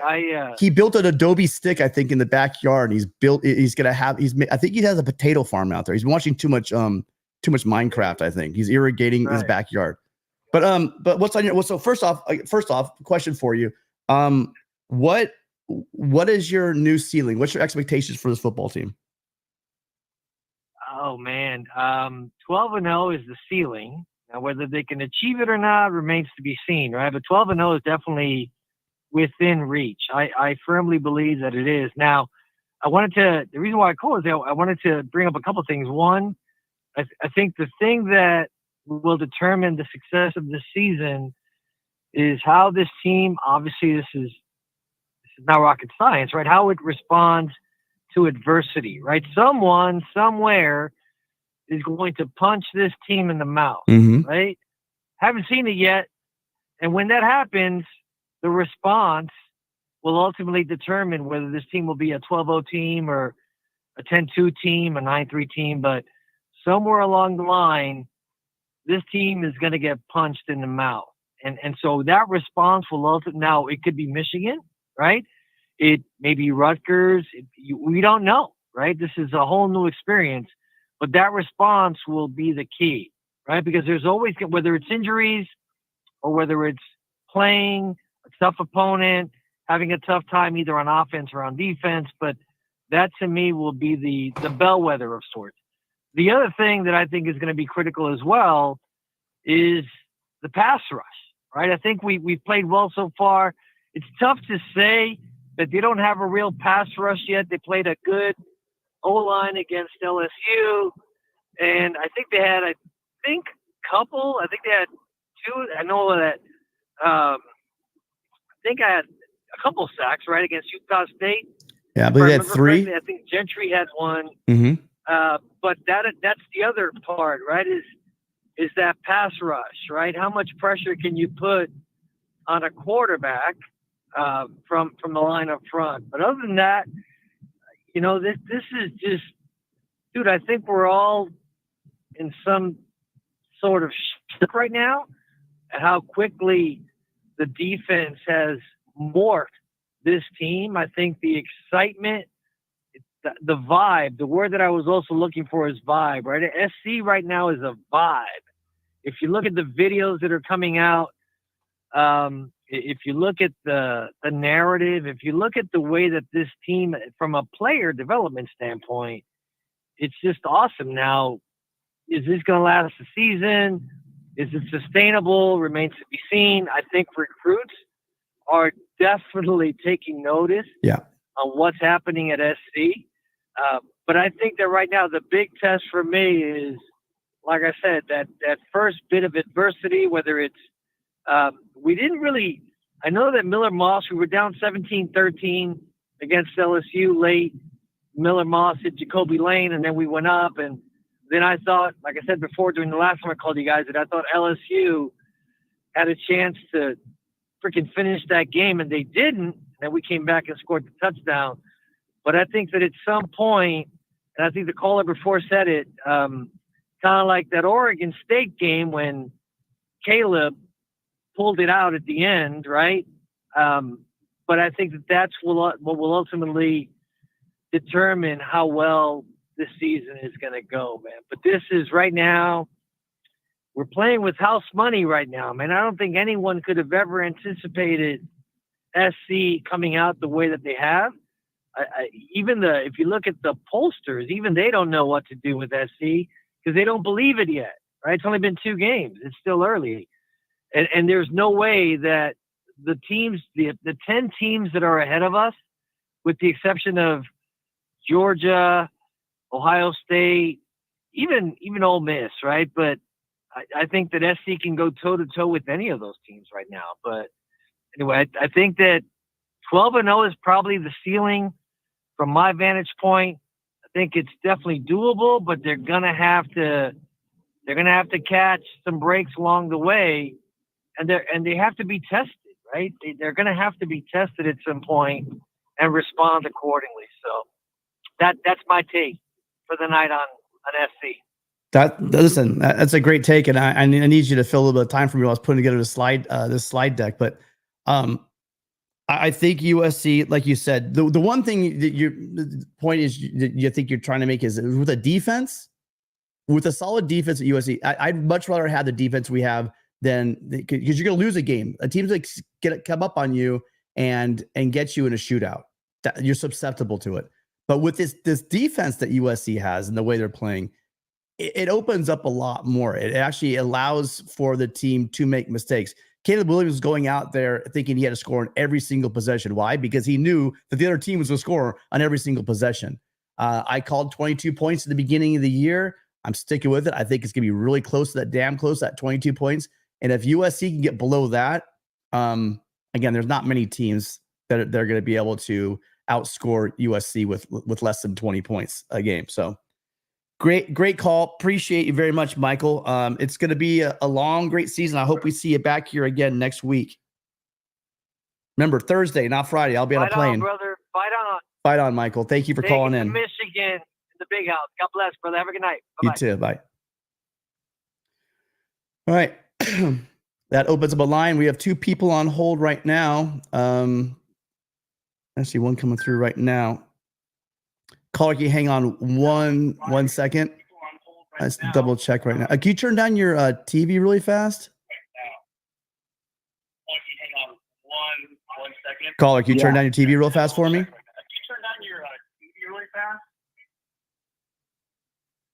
Is that better? That's much better. Thanks. Hey, what's your name? Where are you calling from? Hey, Tim, it's Sean from Grand Rapids. Sean, how you doing? Ohio in Grand Rapids, but Sean, the Buckeye fan. Sean, what do you see as USC's? Yeah, absolutely. What do you see as USC's ceiling this year? Ceiling. I kind of think you can lose to us in the Big Ten title game. I can see that happening. So you see USC getting to the Big Ten championship game, losing to the Buckeyes. Is that correct?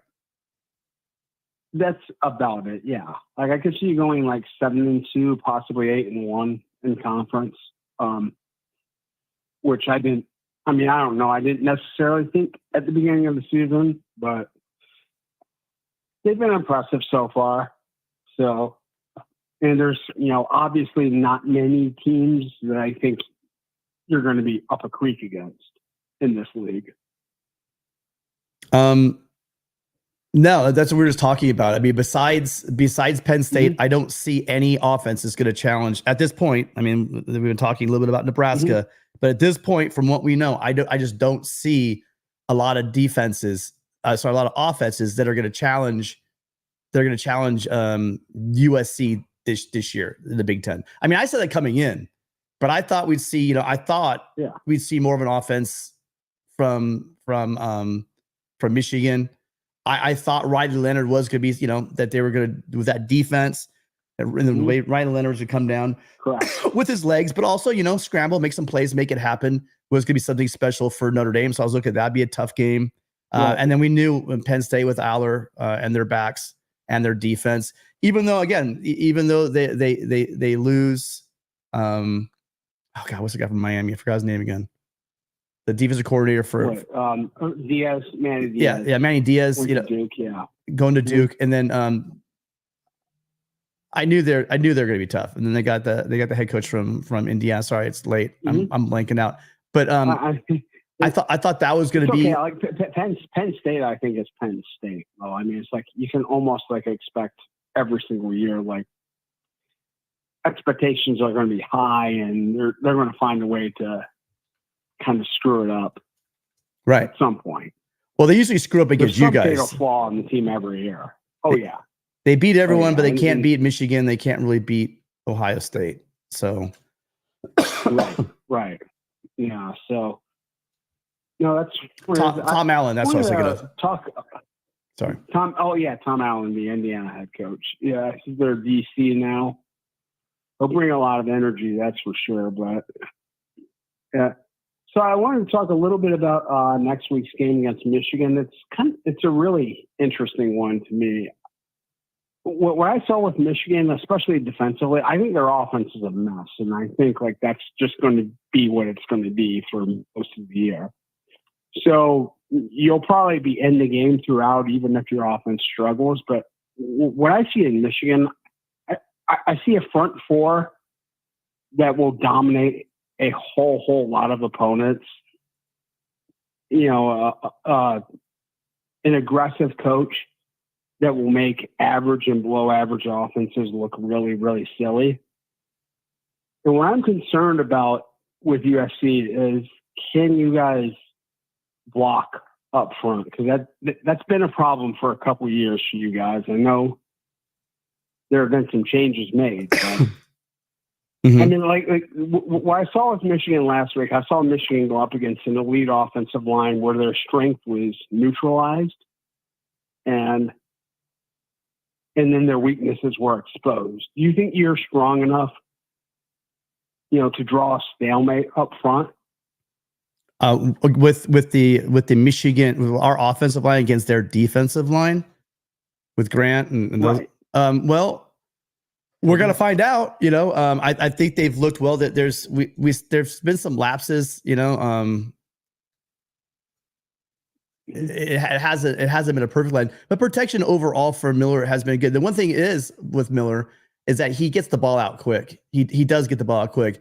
Stays in a pocket. I am concerned about them I am concerned about them getting to Miller. I mean, and rattling him a little bit, but the guy just stands right and delivers the ball, stands tall in the pocket and gets the ball out. And then both the bowl game and the LSU game, he took some shots and delivered the ball. So, I mean, yeah.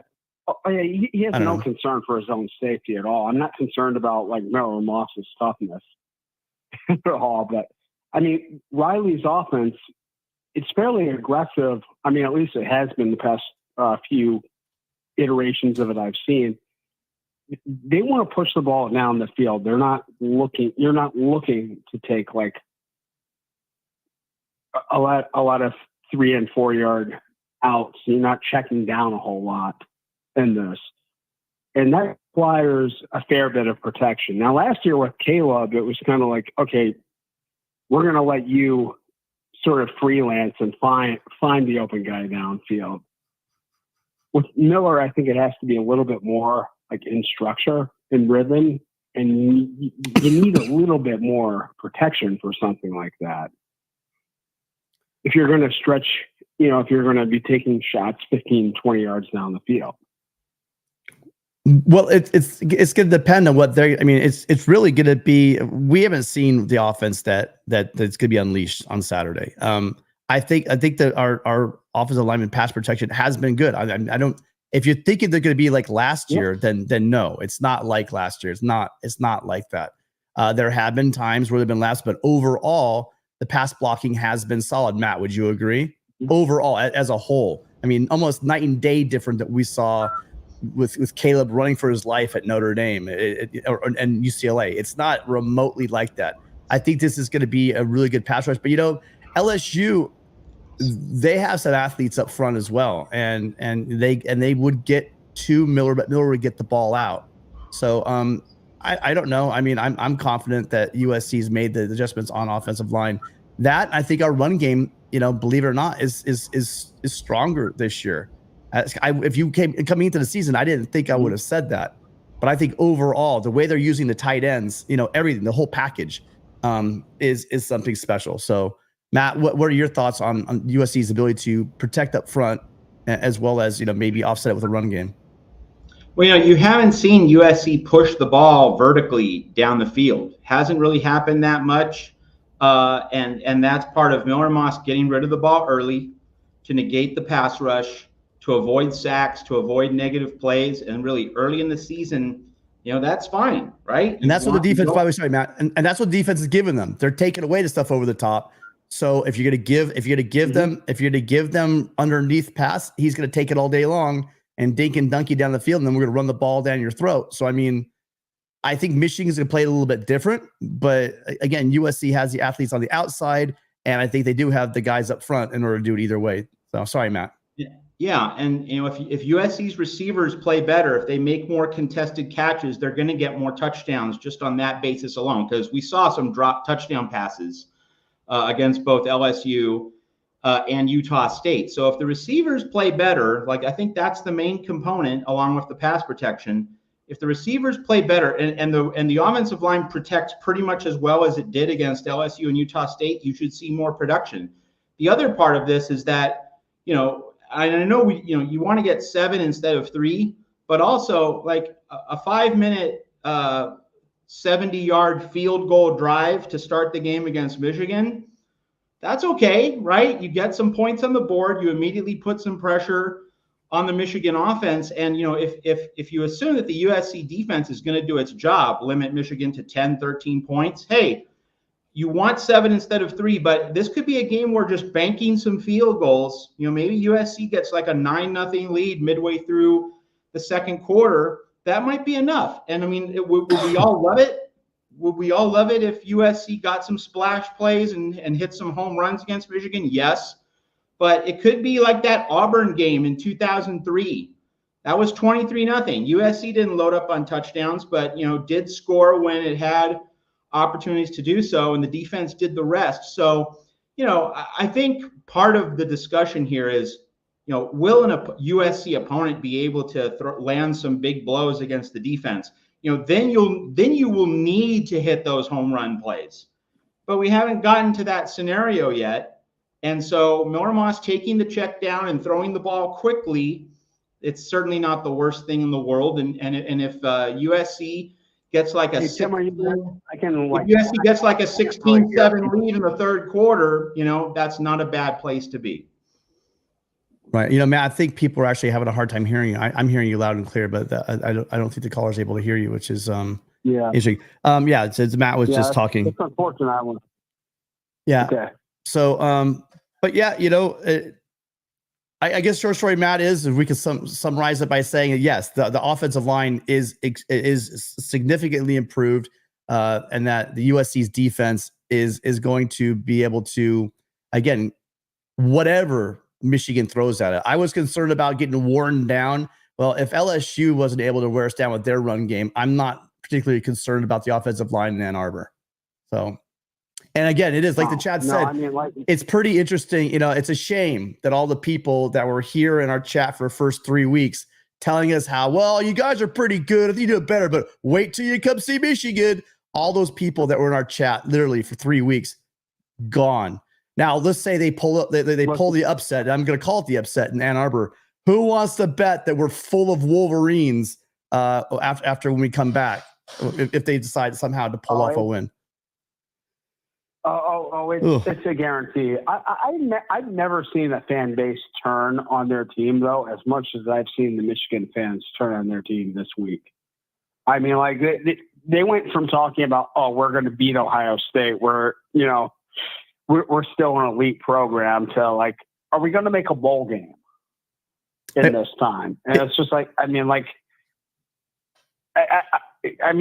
we're not all drinking the Flint water here, are we? I mean, it's like we are not. Yeah. It cannot possibly be like, you guys can't be this insane. Like you got a decent football program. Don't lose the sight that you got blown out by a really good team. Yeah, Sean. It was a sobering loss to a really good. It's where Michigan was a year before. A lot of fan bases. I kind of said it in the offseason. I thought they'd be a heck of a lot better than they are right now. But to lose your entire coaching staff and think you're just going to cobble it together, of course, and then to lose, JJ, who's probably the best quarterback you've had in for God knows how long. But here's what I'm going to say, both as an Ohio State fan, real quick, Sean. One thing I say to you: how do Michigan and Ohio State end up with no quality quarterbacks? And when I say quality, I mean like a guy that's gonna, in the game, in a playoff game, that's gonna lead your team. Because let's face it, you need elite quarterbacks in order to win playoff games. You just do. And Will Howard is a good quarterback, but how do programs like that end up with like literally no elite quarterback? How does that happen? Well, I mean, for one, it's just, kind of a misevaluation on one guy with Kyle McCord. Kind of the program was sort of set for him to take over. But you guys got tons of 5-star quarterbacks that you guys are stacking there. Is it a development thing? What's going on? But they're all young. We've got 2 true freshman 5-star quarterbacks, and we've got another one coming in next year.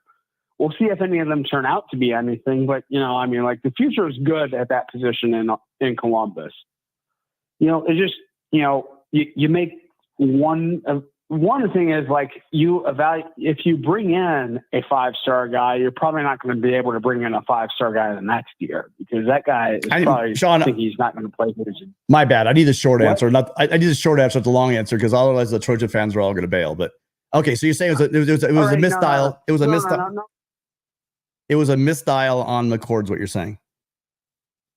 Here's the thing. Yeah, like a little bit of a misevaluation on McCord. And I'm honestly all in on Will Howard this year. I think he can be like one of those gamer kind of quarterbacks. Maybe not the most elite talents in the world, but super intangibles.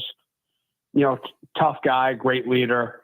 You know, he can be like that Danny Werfel, you know, Jacob Coker type of guy that can win a title for us. I really believe that. Well, Sean, thanks for calling. We got to wrap up the show, but thank you for calling in. Thank you. No, I appreciate your time so much, and I hope to be able to hear Matt better next time, because I always respect and appreciate what he has to say.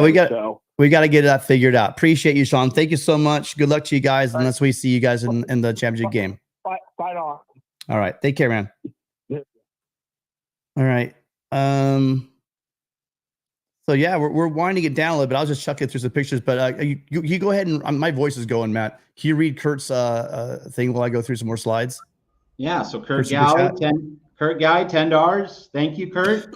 Love the show. This year's Trojan squad does not seem to have any weaknesses. I'd favor USC on a neutral field over everyone except maybe the top 4. They can go undefeated barring any injuries. Well, I mean, a lot is in play right now, and certainly the level of upside for this team in terms of what it's capable of, that's gone up. No doubt that there's a much greater, more expansive sense of possibility with this group. But, you know, we haven't played a true road game yet. And I know that there were some loud LSU fans at that neutral site game, but you know, it was still a, you know, neutral site. It's not the same as going to Baton Rouge. And we do need to see USC handle business in Ann Arbor and clear that hurdle. And if USC does, and, you know, I think USC has a pretty good chance at this point, you know, I think then we can say, all right, this is the team we have. This is the team that we're going to see. But let's clear this Michigan hurdle first. It's just so early. First true road game, and it's not as though going to the Big House is a walk in the park.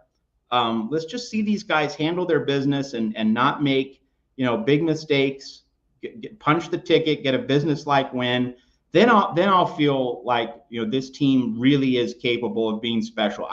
And not that it isn't right now, but just you need to see this team clear a big hurdle on the road. You need to show that after an off week with 2 weeks to prepare, that you can play a clean game, that the offense can step up. When we say that this USC team doesn't have any weaknesses, well, you know, I didn't think the wide receivers would be a weakness, but, you know, they've lagged behind the other position groups. So let's see the wide receivers play as though they are a strength of this team. Haven't seen that yet. I think they're eminently capable of being big hitters. Like, I expect them to be big hitters. But let's see that. Let's see that against Michigan. It would be a great time for the receivers to step forward. Because if they do, that's going to make the job easier for the offensive line. If receivers are getting open sooner and they're making splash plays, then that relieves pressure on the offensive line to have to be that perfect, especially in terms of run blocking against Michigan's front 4. Earlier, we were talking about playing with house money. And you just said it. Our wide receivers just aren't, you know, firing on all cylinders. Imagine when these guys start firing on all cylinders. And we've seen there's so much was made of the second year guys that we thought with, you know, Lemon, Branch, Lane, and Robinson. I was all to talk about that. When in reality, the older guys are stepping in and really just having themselves some games. And so the wide receiver room, once they tighten up those screws, again, like you said, Matt, as a team, they've left a lot of points, not a lot of points. They left some points on the board. They need to be efficient. They need to make those catches. You can't be settling for field goals in this game. You can't be turning it over, and you got to play a clean game. Do not extend drives, bailing their offense out by making silly mistakes, especially penalty-wise on defense. I think they do that.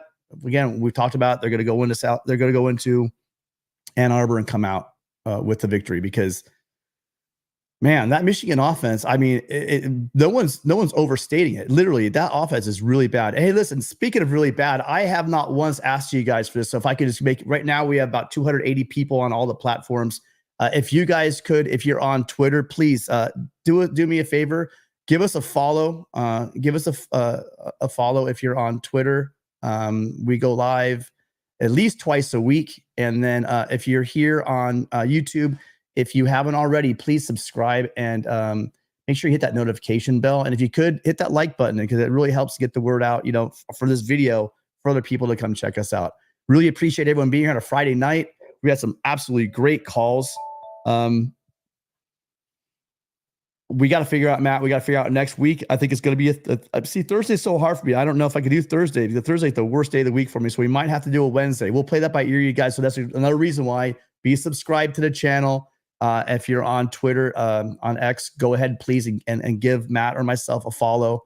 Appreciate, again, everyone being here. Matt, what we got going leading up into Michigan week on Trojans Wire? This would be a good time to go to that. Well, one thing I'm working on right now is I'm putting out, we're entering the Big Ten, and I just want to put it out there. Someone was just talking about our dominance of the Big Ten. I'm putting out just something on how USC has dominated each one of the schools in the Big Ten. I mean, there's not many outside of Notre Dame and Alabama. There aren't many teams that played us more than like 2 or 3 times that have a winning record against us. There's certainly not one conference in the country that has a winning record against USC. But USC's dominance of the Big Ten is pretty interesting. So it's a nice read if you guys want to check it out. Just some friendly reading for it. And then we got some galleries out. The tight ends one's my favorite. And we're also doing one on a running back room. So all that should be pretty interesting. Matt, you got anything cooking right now?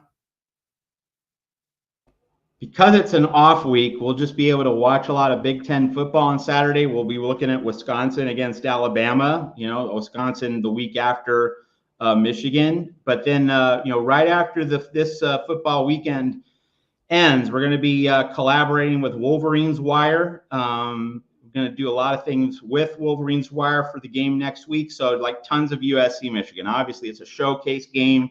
We've all waited for it so long. Tim's going to be covering that game in Ann Arbor, as he has alluded to. So lots of action with Wolverines Wire and Trojans Wire next week. You want to be locked into our site. And, this is one of the biggest weeks of the year. So we're going to hit it hard. Okay. If we have one more call out there, we'll take it. Otherwise, I think we're going to call it a night. Matt, how'd your irrigation go?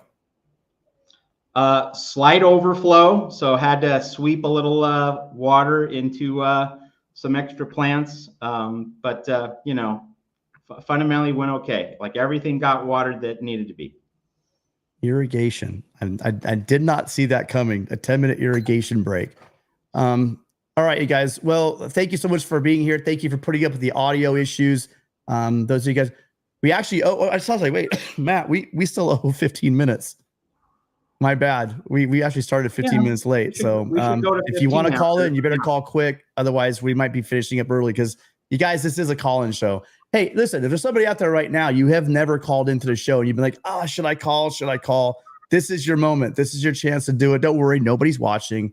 There's only like 260 people watching. So you're pretty good to go. Call in and sound off about SC, but just in case, thank you, Sean from Ohio State, from Grand Rapids, calling in. Michael, John from Newport, Polly Walnuts from LA, thank you. I'm waiting for my enchiladas.